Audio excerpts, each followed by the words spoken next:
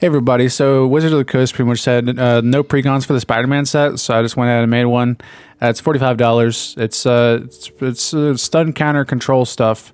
So this is the Sensational Spider-Man, one generic and an Azorius legendary creature, Spider Human Hero. Whenever it attacks, tap target creature defending player controls and put a stun counter on it. Then you may remove up to 3 stun counters from among all permanents. Draw cards equal to the number of stun counters moved this way. That's a 3/3 for 3, so really good on the curve, I guess. Kind of 2 mana rocks kind of suck, but I still have a bunch in here because 2 mana rocks are good, I guess. But yeah, so Wizards of the Coast said no precons, which is kind of weird in my opinion. I feel like this is the biggest opportunity to make a lot of money, to get a lot of new players in. But no, they said no precons. So, but there is starter decks or something like that. I don't know. Anyways, $45 Spider-Man precon. Before we get into the deck tech or whatever, check out the link in the description for the Discord, the Patreon, subscribe, like, do all the stuff. But yeah, let's get right into the ramp. All right, so pretty standard stuff here. We got Arcane Signet. It's pretty budget, so I might as well just throw it in. It's in every commander precon now. Taps for white or blue, pretty much. And then we got Azorius Signet, 2 generic, tap 1, tap it, add an Azorius. Fixes our mana. If we have only blue, we can make a white with this. Or we have only white, we can make a blue. Fellwar Stone, we can add 1 mana of any color that a land opponent controls could produce. So this, a lot of people play blue, a lot of people play white. So we're gonna probably be tapping for our colors. Mind Stone, 2 generic, tap it for colors, 1, tap it, sacrifice it, and draw a card. It replaces itself eventually. If you don't need the mana anymore, you can just sacrifice it and get the draw. Soul Ring, we don't need to talk about this one. It's 1 mana, taps for 2 colorless. Everybody knows what this is. It's in every commander precon, so you got to put it in. Solemn Simulacrum, 4 generic, enters, search for a basic land card, put it on the battlefield, tap, then shuffle, and whenever it dies, you may draw a card. Comes after our commander. That kind of helps us ramp. If somebody kills our commander, helps us ramp into our commander again. But it is, whenever it dies, it replaces itself by drawing a card. But we're going to be drawing a lot of cards in this deck, so who cares? So, and that's why we have Dot Vessel in here. You have no maximum hand size. You can tap it for a colorless, and it is 2 generic to cast it. Yeah, Dot Vessel. Talisman of Progress, 2 generic, tap it for a colorless, or tap it at a white or a blue, and it deals 1 damage to you. You are losing life with this, but it's not going to be that much. You're not going to tap this thing 40 times in a game. It's probably impossible. All right, then we have some protection here. Sedri's Shelter and Sedri Glacier is the land on the back. Whichever creature you control gains protection from the color of your choice. There's not a whole lot of protection spells that are cheap. So this is one that can just kind of protect us against, Swords to Plowshare or something. Single target removal, or like a destroy effect. Negate, 1 generic and a blue. Counter target non-creature spell. Somebody tries to do something to you, just do this. Like I said, there's not a whole lot of interaction and stuff like this, that we're just trying to control the board without the control, without the counter spells. We do have a generous gift in here, 2 generic and a white. Destroy target permanent. Its controller creates a 3/3 green elephant creature token. Especially if there's like a permanent that's not a creature that we can't tap down. So we're gonna just put, destroy it. Path to Exile. This is like if we just for some reason cannot tap down one of their creatures, we can go out and just exile it and give them a basic. It's 1 white, very simple stuff. It's probably gonna be in a precon, so I might as well throw it in there.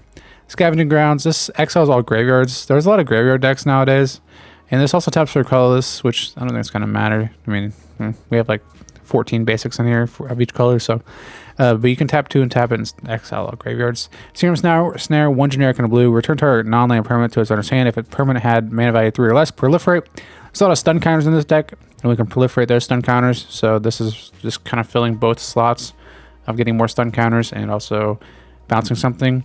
Swords to Plowshares, 1 white, exile target creature. Its controller gains life equal to its power. Yeah, that's cool, right? Woohoo! Swords to Plowshare. Woo! Split up 1 generic, 2 white. Destroy tapped creatures or destroy untapped creatures. This is going to be a one-sided board wipe because most of our stuff is probably just going to be untapped if we don't attack. Probably do this like first main and then attack and then, boom. Sunblast Angel, 4 generic, 2 white. This is very expensive, but it enters and destroys all tapped creatures. Going to be another one-sided board wipe if we have a lot of stun counters on our opponent's stuff. And yeah, Sunblast Angel. Woo, it's a flyer, 4/5. Austere Command, 4 generic, 2 white. Choose 2, destroy all artifacts, destroy all enchantments, destroy all creatures with mana value 3 or less, destroy all creatures with mana value 4 or greater. This can be also a one-sided board wipe. Probably choose 4 or greater because Spider-Man is 3 or less. And probably destroy all artifacts or enchantments. Or we can just destroy all creatures if we want. Floodpits Devour enters, tap target creature and opponent controls, put a stun counter on it. Then you pay 1 in blue, shuffle it, and target creature with a stun counter on it into their owner's library. A little bit of removal. It is 2 mana with Flash Vigilance. So 4 mana to do that. Well, you can't tap it when it comes in. Well, I don't know what I'm talking about. That's okay. It's a 2/1. It's a merfolk looking thing. I don't know. It's kind of scary. Freeze in place, 1 generic and a blue. Tap target creature and opponent controls and put 3 stun counters on this. Ideally, you want to do this on turn 2 and then cast Spider-Man, and then next turn, whenever you can attack. Like we turn this turn 2 and then turn 3 Spider-Man, turn 4 attack, put a 3rd one on, and then remove them, draw 3. Impeding Momentum, same thing, but it also scries 1. I think the other one scried 1 as well. It does the same 3 stun counters and tap target creature. Very good. Can draw us 3 cards pretty much as soon as we attack with Spider-Man. Involuntary Cooldown, 3 generic and a blue. Tap up to 2 artifacts or creatures. Put 2 stun counters on each of them. So this can do after Spider-Man, the first turn he can attack. We can do this involuntary countdown and, boom. Kitnap, 2 generic, 2 blue. Gift a card. If you enchant creature. Kitnap enters, tap target creature. If gift wasn't promised, put 3 stun counters on it. But you can remove them with Spider-Man, so there's no negative there. Grappling Kraken, 4 generic, 2 blue. Whenever a land you control enters, tap target creature and opponent controls, and put a stun counter on it. This just gets us value for playing lands. We have a good amount of lands on here, so we can probably hit our land drop every turn. So why not just put this in there? It's from Foundation. It's a pretty good card. Lodestone Needle, 1 generic and a blue. Flash, whenever it enters the battlefield, tap up to 1 target artifact or creature and puts 2 stun counters on it. Craft with artifact, 2 generic and blue. We don't really care about the crafted artifact. We really just care about entering and putting 2 stun counters on something. Lost in the Maze, X and 2 blue. Enters the battlefield, tap X target creatures, put a stun counter on each of those creatures you don't control. Tap creatures you control have hexproof. So we're going to be attacking with Spider-Man, so he'll have hexproof, so it'll be fine. And the stun counters, we can just remove a bunch. We can also use this like a political thing. If we put stun counters on our stuff, be like, hey man, I remove all those, but you can't attack me with it whenever you get access to be able to attack with it. We have Mjölnir, Stormhammer, 4 generic. Whenever it enters the battlefield, attach a target creature, legendary creature you control, so Spider-Man. Whenever equipped creature attacks, tap target creature defending player controls, put a stun counter on it, then Mjölnir deals damage to each opponent equal to the number of tapped creatures that opponent controls. It can be an absolute game ender if they have like 8 creatures each and they're all tapped because we just put stun counters on all of them with a certain spell we just cast. But yeah, this can absolutely just chip down our opponents because they're gonna have a lot of tapped creatures with a lot of the stuff we have in here. We have Monstrosity of the Lake, 4 generic and a blue, legendary creature Kraken. Whenever it enters the battlefield, you may pay 5. If you do, tap all creatures your opponent control, then put a stun counter on each of those creatures. Works great with Mjölnir, but it is 10 mana, and it is a 4/6. But you can also just island cycle it, so discard and search for an island. A little bit of like fixing there. I like it. It is 10 mana to do that, but if you do that, you're probably winning the game. Referee Squad, 2 generic and a blue, Convoke, so you can be free. Vigilance enters the battlefield, tap target creature and opponent controls, and put a stun counter on it. It's not the best, but it can be free, and it has Vigilance, and it's a 2/2. Sanctuary Wall, 1 generic and a white artifact creature wall defender. 2 generic and a white tap target creature. You may put a stun counter on it. If you do, put a stun counter on Sanctuary Wall. So you can remove them with Spider-Man. So you can just keep doing this over and over again each turn. Shackle Slinger, 2 generic and a blue. Whenever you cast your second spell each turn, choose target creature and opponent controls. If it's tapped, put a stun counter. Otherwise, tap it. So most of the time, we're going to be putting another stun counter on stuff. Very cool. Very cash money. If you want to do this, we're going to want to do this a lot. Sleep Cursed Fairy, 1 blue, Flying Ward 2. Whenever it enters the battlefield, it enters tapped with 3 stun counters on it. And then you can pay 1 in a blue, untap Sleep Cursed Fairy. So ideally, we can do this turn 2 or turn, whatever. Turn 4 and attack with Spider-Man and remove all of them. Solidarity, Sanctuary, 2 generic and a white enters the battlefield, tap target creature and opponent controls, and put a stun counter on it. And whenever you tap an untapped creature and opponent controls, put a +++ counter on target creature you control. And get our creatures really big. Splash Lasher, 3 generic and a blue, has Offspring, so you can pay a blue and a generic and get a 1/1 copy of it. When this creature enters, tap 1 target creature and put a stun counter on it. So we can get 2 stun counters effectively for 6 mana. Not the greatest. Stall for time, 2 generic and a white. Kicker, 1 generic and a blue. Tap up to 2 target creatures. If the spell is kicked, put a stun counter on each of those creatures. And then also draw a card. So it replaces itself. It is 5 mana, but you do get a couple of stun counters. And it is like get rid of some creatures. Stall out, 1 generic and a blue. This is from Aether Drift. I actually kind of like this card. Tap target creature or vehicle. The vehicle's not going to matter that much. Then put 3 stun counters on it. But you can also cycle it for 2, so you can discard it and draw. So it can kind of like replace itself if you don't want to use it. So come to the cold, 2 generic and a blue. Tap 1 or 2 target creatures your opponent controls. Put a stun counter on each of those. So most of the time we're going to be choosing 2. And this is an instant speed, so you can kind of do it like, I don't know, in response to going to combat or something like that. That might be cool. Tranquilize, 1 generic and a blue. Tap target creature your opponent controls. Put 3 stun counters on it. Like I said, we probably do this either like turn 2 or turn 4, kind of whenever we want to. They will have, I think they will have a couple stun counters whenever they get to turn 4. Trap this Trespassers, 2 generic and a blue. Each player secretly votes for a creature you don't control, then reveals those votes for each creature with 1 or more votes. Put that many stun counters on it, then tap it. This is a really cool vote card. Kind of makes our opponents choose what they want to tap. Wicked Slumber, 3 generic and a blue. Convoke, tap up to 2 target creatures, put a stun counter on either of them, then put a stun counter on either of them. So this can be free, but also it's probably not going to be, it can be a couple mana though. Pretty cool. Zygon Infiltrator, 2 generic and a blue. 2 generic and a blue, tap another target creature and put a stun counter on it. If Zygon Infiltrator becomes a copy of that creature for as long as that creature remains tapped, activate only as a sorcery. It's a 3/2 for 3 alien shapeshifter soldier. The Watcher in the Water, 3 generic and 2 blue. Enters with 9 stun counters on it. And tapped, whenever you draw a card during an opponent's control, create a 1/1, or during an opponent's turn, create a 1/1 blue tentacle creature token. Whenever a tentacle you control dies, untap up to 1 target Kraken and put a stun counter up to 1 target non-permanent.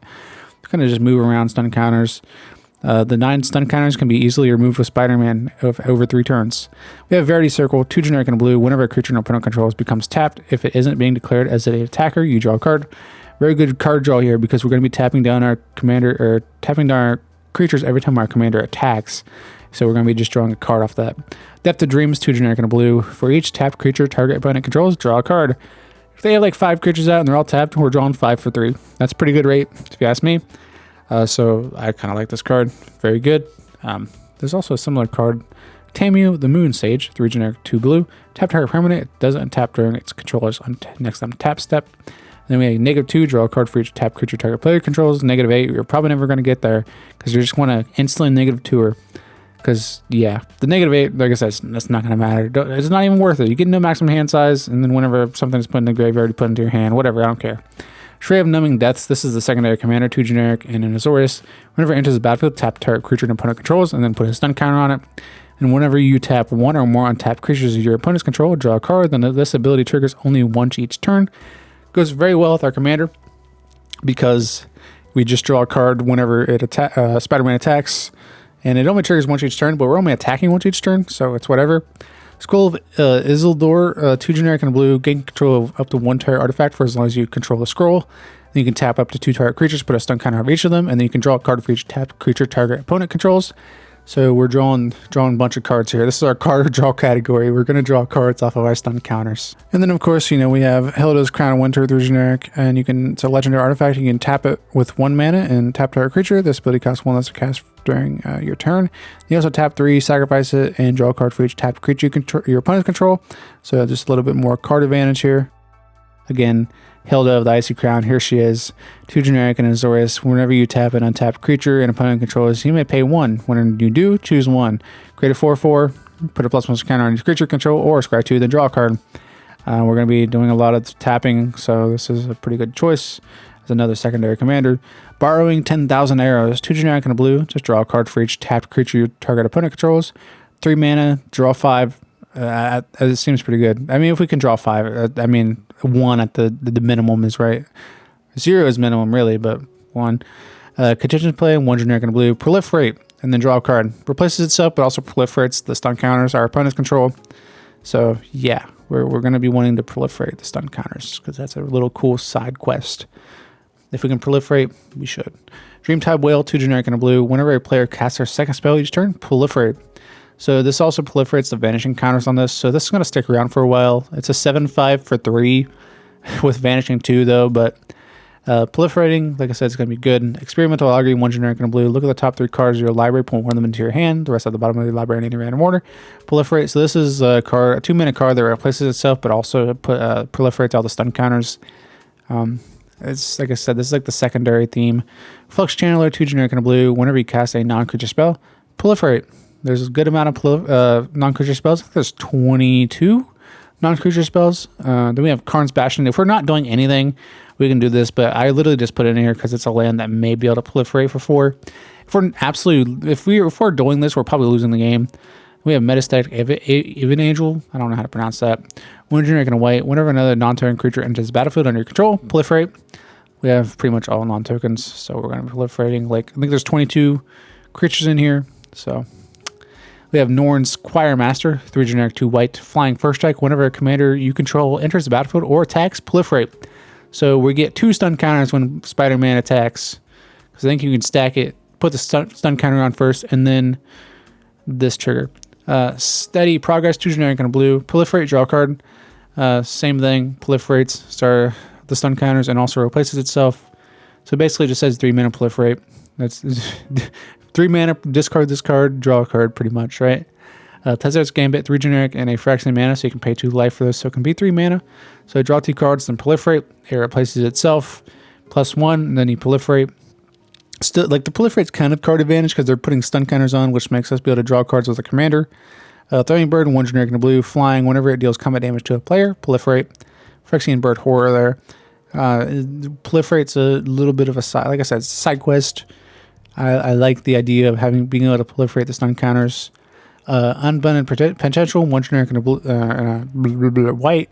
Put a +1 counter on each up to 2 target creatures, and then proliferate. You can also entwine it, but we're probably just going to use 2 mana proliferate. I don't think we would really care about the +1/+1. Proliferating 2 mana to draw more cards is cool. Temple of Enlightenment enters the battlefield tapped, but it also enters and scries in 1. Taps are white or blue. Nice little decent land. They put in precons, so I might as well throw it in. Sky Cloud Expanse, 1 generic, tap it, add a Azorius. They put this in precons, I think. I don't actually know. I haven't looked at a precon in so long. I'm not even qualified for this position. Scavenger Grounds, exiles all graveyards. You can sacrifice a desert. It is a desert itself, so you can sacrifice it. Prairie Stream enters the battlefield tapped unless you control 2 or more basics. It is a Plains Island. It is searchable, but we do not have anything that searches for those specific ones. They have Port Town, enters the battlefield tapped unless you reveal a plains or an island. Taps are white or blue. I actually love these lands. Everybody gives them crap, but I actually like them. So, Karn's Bastion, again, I said if we are tapping 4 and tapping this, we're effectively losing 5 mana to proliferate once. If we're doing this, we're losing. Rogue's Passage, again, we're doing this. If we're doing this, we are probably losing that game. This is 5 mana to make target creature unblockable. We put it in here as a little utility land if we need to get Spider-Man through. They're mostly going to be tapped, so whatever. Glacial Fortress enters the battlefield tapped unless you control plains or an island. Taps for white or blue. It's a very good card, actually. Command Tower, taps for white or blue. That's what it reads whenever you're playing it in Azorius, but whatever. You can any mana, any color of your commander's color, and any whatever. Azorius Chancery enters, return a land you control to its center's hand. It can be like I don't know. I like the bounce lands, and they put them in most precons, so why not? Adarkar Wastes, tap for a colorless and tap for a blue or a white. It deals 1 damage to you, so yep, you're not going to be losing a whole lot of life off this. Island, we have 13 islands, pretty solid number. Woohoo, 13. There's probably the 13 planes. Yep. Now, how did I guess? How did I know there was 13 planes in this deck? You would never know how I guessed. So it's not like I made a deck or anything. Anyways, I hope you guys enjoyed the video. Leave a like, subscribe. There's no upgrades for this deck because I just didn't want to do it, to be honest. I didn't want to go through and look for upgrades. Ristic Study, Cyclonic Rift, stuff that protects your commander, Mithril Coat.